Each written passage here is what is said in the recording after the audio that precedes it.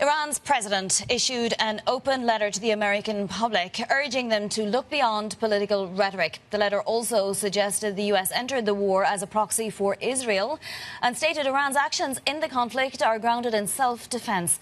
Let's bring in Bloomberg Horizon's anchor, Joumanna Bercetche. Joumanna, what did you make of this letter? It's not very often that something like this happens. Give us some context.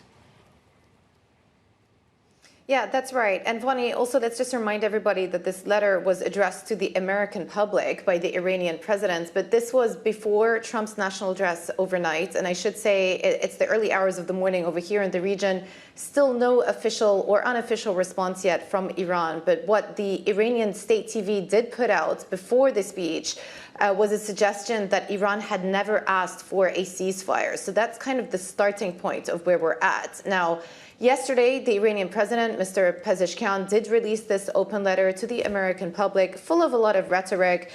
He was really questioning whether Washington is putting America first or acting as a proxy for Israel, is what he has described in that letter. He talks about rising oil prices. He says that Iran are acting in self-defense. It's not really clear what the objective of this letter is, but clearly trying to play along partisan divides or to appeal to some segments of the American public. He knows, of course, that oil prices and gasoline prices have been rising given what's been happening around the Strait of Hormuz.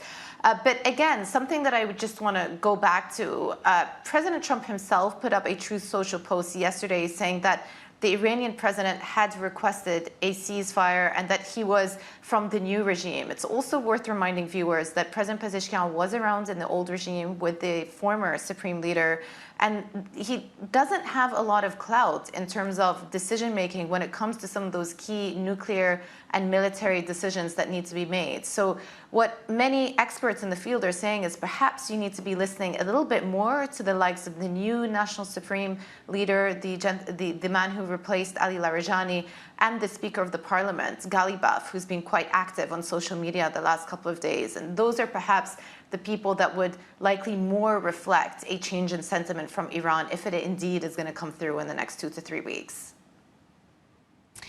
Joumanna, we should mention as well that the letter was a couple of hours before the President of the United States addressed the US public.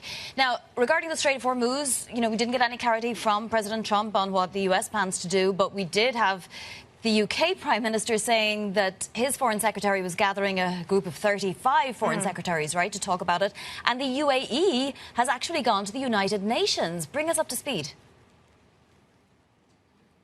Yeah, I think President Trump has made it clear the last couple of days that he wants to de-link the fate of the strait, so to speak, with military operations and leave it to other countries to sort out, especially those countries that are more reliant on the oil that passes through the strait.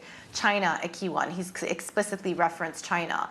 Now, when it comes to some of those efforts, the UK Prime Minister Keir Starmer did refer to a meeting that's going to take place today that will be chaired by Yvette Cooper, and there will be, it's expected around 35 countries are going to participate in this virtual meeting to discuss potential economic, diplomatic, and possibly even military measures to help reopen the Strait of Hormuz. The preferred channel obviously being diplomatic at this point, these countries getting together to assess whether Iran will come to the negotiating table. If that fails, then perhaps go down the economic route, apply more sanctions.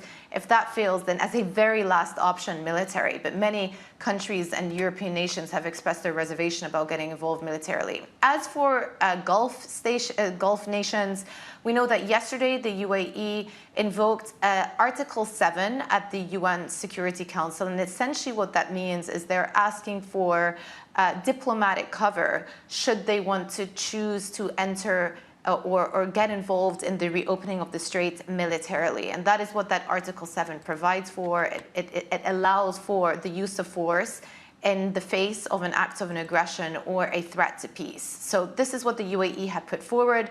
The UAE officially one of the few Gulf Arab countries that have said that they would be open to participating in naval escorts or any maritime operations to help reopen the strait. And of course, in the last few days, as we've been speaking about, have been very vocal about an outcome in which Iran still retains sovereignty of the Strait of Hormuz being something that is unacceptable to them and akin to economic terrorism. So definitely some motions from around the world to deal with the issue of the strait. Whether it's going to yield anything is another big question.